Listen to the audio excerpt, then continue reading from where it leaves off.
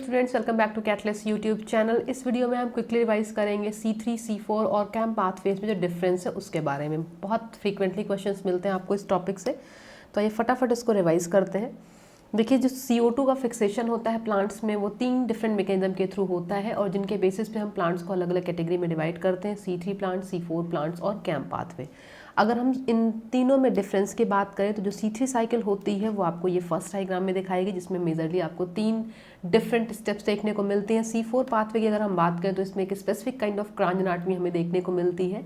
मतलब 2 तरीके की डिफरेंट सेल्स होती हैं जो इन्वॉल्व होती हैं इस पूरे डार्क रिएक्शन के और लाइट रिएक्शन के प्रोसेस में। अगर हम कैम पाथवेज की बात करें तो इसमें आपको इन्वर्टेड स्टोमेटल ओपनिंग देखने को मिलती है। तो तीनों को देखेंगे और इनका डिफरेंस भी समझेंगे। अगर हम C3 साइकिल की बात करें जो मोर देन 85% प्लांट्स में आपको देखने को मिलती है, तो जो C3 साइकिल है इसमें आपको मेजरली 3 पाथवेज मिलते हैं। पहला स्टेप कार्बोक्सिलेशन का, जिसमें CO2 को RuBP रिबुलोज 1,5 बिसफॉस्फेट जो कि एक एक्सेप्टर की तरीके से काम करता है CO2 के लिए, और इसके थ्रू रूबिस्को एंजाइम यहाँ पर इन्वॉल्व होता है और वो कार्बोक्सिलेशन के प्रोसेस के थ्रू 3PGA मतलब 3-फॉस्फोग्लिसरेट नाम का कंपाउंड यहाँ पर बनता है। ठीक है, 3-फॉस्फोग्लिसरेट नाम का कंपाउंड यहाँ पर बनता है। उसके बाद सेकंड स्टेप होती है रिडक्शन की। रिडक्शन स्टेप में ATP और NADPH जो कि हम लाइट रिएक्शन से बनाते हैं, जो लाइट रिएक्शन जेड स्कीम आपने पढ़ी है, उससे जो ATP NADPH बनता है उसको यहाँ पर यूज़ किया जाता है for the process of reduction, जिसमें कि जो 3-फॉस्फोग्लिसरेट नाम का मॉलिक्यूल है वो कन्वर्ट होता है ट्राइओस फॉस्फेट में, जिसमें कि ग्लिसरॉल्डिहाइड 3-फॉस्फेट हो सकता है या फिर DHAP हो सकता है, डाईहाइड्रोक्सी एसीटोन फॉस्फेट। और इस स्टेप के बाद जो नेक्स्ट स्टेप होती है वो होती है रीजनरेशन की। रीजनरेशन हम किसका करते हैं? रीजनरेशन एग्जैक्टली हम RuBP मॉलिक्यूल का करते हैं। RuBP molecule which is a kind of acceptor of CO2 molecule. So अगर हम RuBP को रीजनरेट नहीं करेंगे तो ये साइकिल कंटिन्यूसली रन नहीं होगी। तो इसलिए पहली स्टेप कार्बोक्सिलेशन की, दूसरी स्टेप रिडक्शन की और तीसरी स्टेप जो होगी वो रीजनरेशन की होगी। अगर हम रीजनरेशन की स्टेप की बात करें तो यहाँ पर भी ATP यूटिलाइज होता है और ये ATP भी लाइट रिएक्शन का जो प्रोडक्ट होता है वहाँ से जो ATP बनती है उसी को यहाँ पर यूटिलाइज किया जाता है। इसके बाद जो हमारा ये ट्राइओस फॉस्फेट मॉलिक्यूल होता है, ये डिफरेंट एंजाइम्स और डिफरेंट प्रोसेस के थ्रू कन्वर्ट किया जाता है स्टार्च में। स्टार्च का जो कन्वर्जन होता है वो क्लोरोप्लास्ट में होता है, और जब इस स्टार्च मॉलिक्यूल को डिफरेंट टिश्यूज़ तक ट्रांसपोर्ट करना होता है, जितने भी non photosynthetic part of plants है या फिर जो स्टोरेज जोन है प्लांट्स के, वहाँ तक अगर इसको ट्रांसपोर्ट करना होता है तो ये जो स्टार्च मॉलिक्यूल होता है ये कन्वर्ट हो जाता है सुक्रोज मॉलिक्यूल में। इसके पीछे लॉजिक है कि जो सुक्रोज मॉलिक्यूल है वो नॉन रिड्यूसिंग शुगर होता है। नॉन रिड्यूसिंग शुगर होने के कारण ये किसी से भी इंटरेक्ट नहीं करता है, तो इसको कन्वर्ट किया जाता है सुक्रोज में, साइटोसॉल में, और फिर इसको फ्लोएम के through with the help of C elements and companion cells different tissues तक फॉरवर्ड किया जाता है। तो ये स्टोरी आपकी C3 साइकिल की, जो एक ही सेल में होती है, जिस सेल का नाम होता है मीजोफिल सेल, और इस पूरी प्रोसेस में जो इन्वॉल्व एंजाइम होता है वो होता है रूबिस्को। ठीक है, अगर हम C4 पाथ की बात करें तो ये क्वाइट डिफरेंट है C3 प्लांट से। एक बहुत ही इंपॉर्टेंट स्टेप होती है जो यहाँ पर मिसिंग होती है, इसको हम बोलते हैं फोटो रेस्पिरेशन। वो आपको C4 प्लांट्स में देखने को नहीं मिलती है। रीज़न क्या है? इसमें प्रेजेंट जो क्रांच एनाटमी है, क्रांच एनाटमी का मतलब यहाँ से ध्यान से समझिएगा। देखिए, यहाँ पर आपको 2 सेल्स मिल रही, mesophyll cell as well as bundle sheath cell.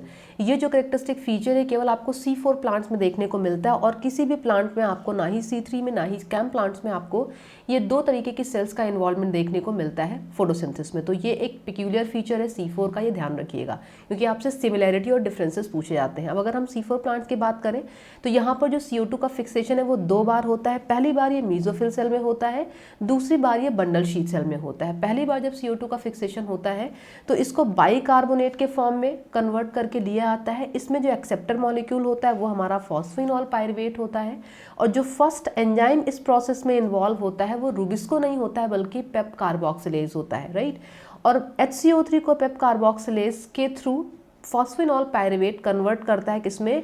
ऑक्जेलो acetate में, that is a 4 carbon compound. और इसी फर्स्ट स्टेबल प्रोडक्ट जो कि 4 कार्बन का होता है, इसी के कारण इस साइकिल को C4 साइकिल बोला जाता है। ठीक है, सो HCO3 कन्वर्ट किया जाता है ऑक्जेलो एसीटेट में, उसके बाद ये अगेन एक C4 कार्बन एसिड में कन्वर्ट होता है, that is known as malate. Malate को ट्रांसफर किया जाता है फिर बंडल शीट सेल में। बंडल शीट सेल में जब मैलेट जाता है तो ये कन्वर्ट होता है किसमें?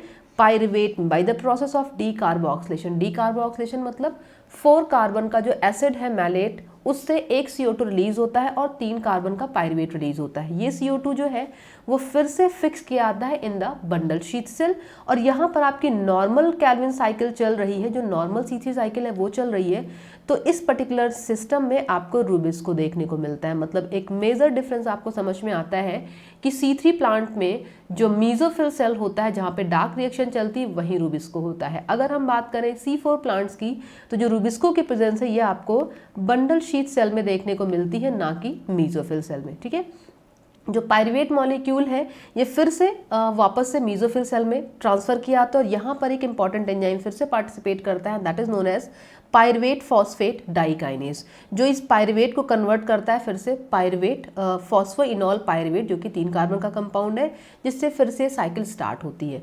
तो ये प्रोसेस हो जाती है C4 प्लांट्स की। तो C4 प्लांट्स में पिक्यूलियर क्या है, 2 तरीके की सेल्स हैं।